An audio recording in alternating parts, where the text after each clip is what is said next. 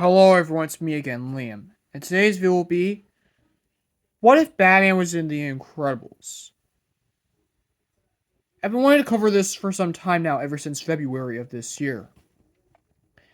But now the real question is, which Batman could this have been? I'm going to say, maybe Michael Keaton's Batman. I don't know, I just got that in my head. Are any of the other DC heroes or villains in this universe? The answer is still no, it would change way too much.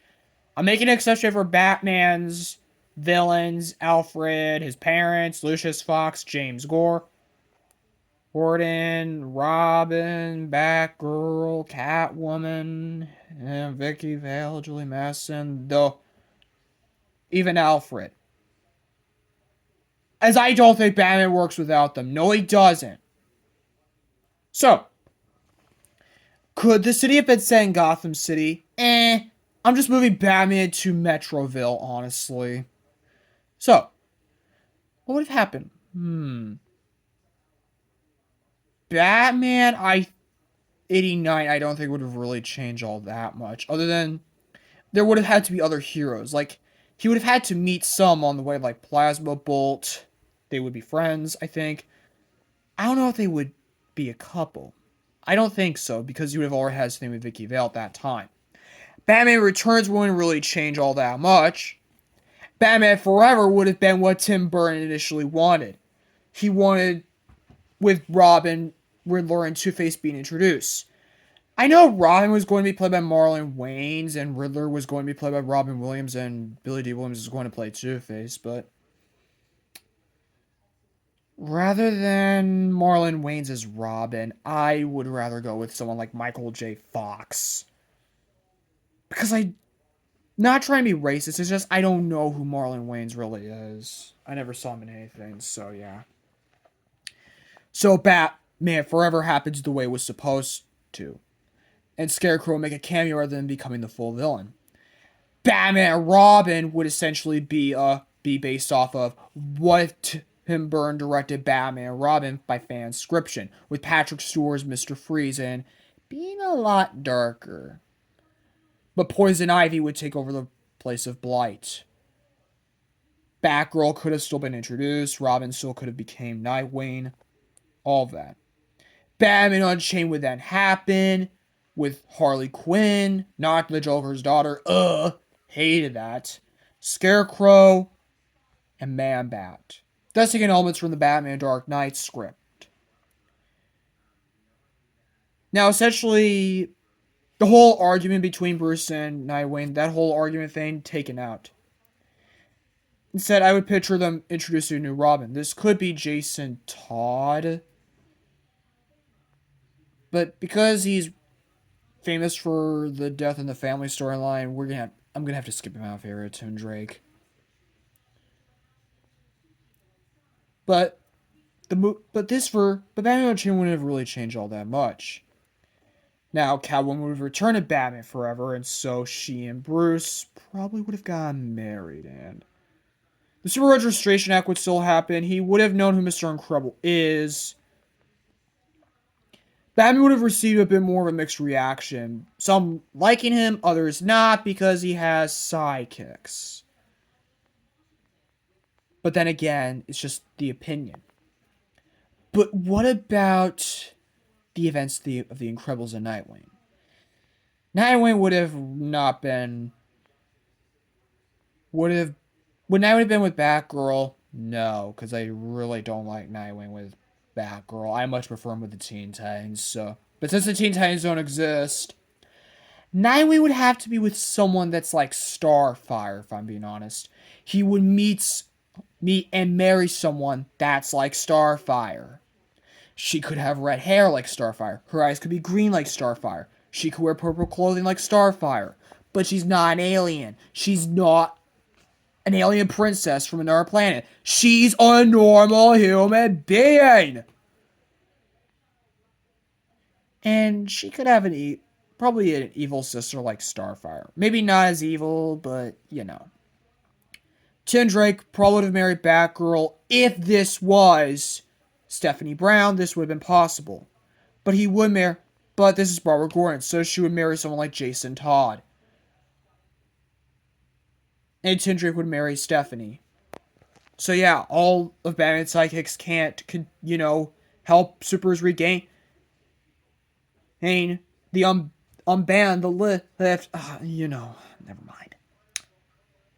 The events of the Incredibles would then happen. Syndrome would have to. He would at first get Batman, but Batman would decline because of the law, and he's the CEO of Wayne Enterprises and doesn't want to step down, so he's like, no. And then they would decide to go with the Robins. They would go with Dick Grayson, but he declines. They go with Tim Drake, he declines. They go with Batgirl, she declines. Batman's allies would all decline, and so this would then lead to them going with Mr. Incredible, and then the rest of the movie would then go out as normal. Until the final battle. Batman would see this, and he would have no choice but to, Bruce would have no choice but to become Batman again, and he and Selina would have a child by then. This could be Damian, like Batman the Brave and the Bold, and imply with Merry Little Batman. I know this could be Talia al Ghul, but I think the implications of Catwoman are there because of of the mother's personality of Damian being described, being a complicated supervillain. So, yeah, it could be Catwoman. But when the Bat Family show comes out, and I watch it, I'll know who the mother is. This also means Dick Grayson becomes Nightwing again, Tim Drake becomes Red Robin, not Robin again, and Barbara Gordon becomes Batgirl. This would then lead to the final battle, but the only real difference is that with Batman, Red Robin, Nightwing, and Batgirl here, they would have destroyed the Omni Droid a lot faster. They would have won a lot faster. The movie then played out as normal. And then we cut to Incredibles 2. Essentially, I could imagine this whole Bruce, being with Mr. Incredible Frozone and Elastigirl with Winston Devers playing two unbanned supers. Heck, maybe even his child.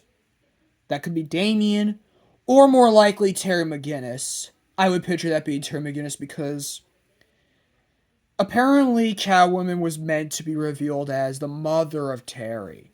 The real mother of Terry. But this was dropped via cloning of Bruce. But this was dropped. But that could have stayed. So yeah, it could have stayed. And maybe he would want to be a superhero like his father. But, like in Merry Little Batman, Bruce would tell his son, "You're not ready yet." Maybe Terry would be, I would say late middle school to early high school age, I guess. Maybe he's around the same age as Spider-Man. But eventually, when all the supers are hypnotized, this would then lead to Terry having no choice but to become Batman. And you have a similar suit of Batman Beyond. And then the rest of the movie then goes as normal. Maybe even Catwoman could be there. If you want to imagine. And Batman, Robin, Catwoman, Batman Beyond, Nightwing, and Batgirl would all participate in Incredibles 3. Red Robin, Nightwing, Batgirl, and Catwoman would participate in the events of Incredibles 2. Also. So that's what if Batman was in the Incredibles. So, what other hero was in the Incredibles videos should I do? I was toying around the idea of what if Wonder Woman was in the Incredibles as well as what if the Flash was in the Incredibles. But let me know who I should go with next. Anyways, bye.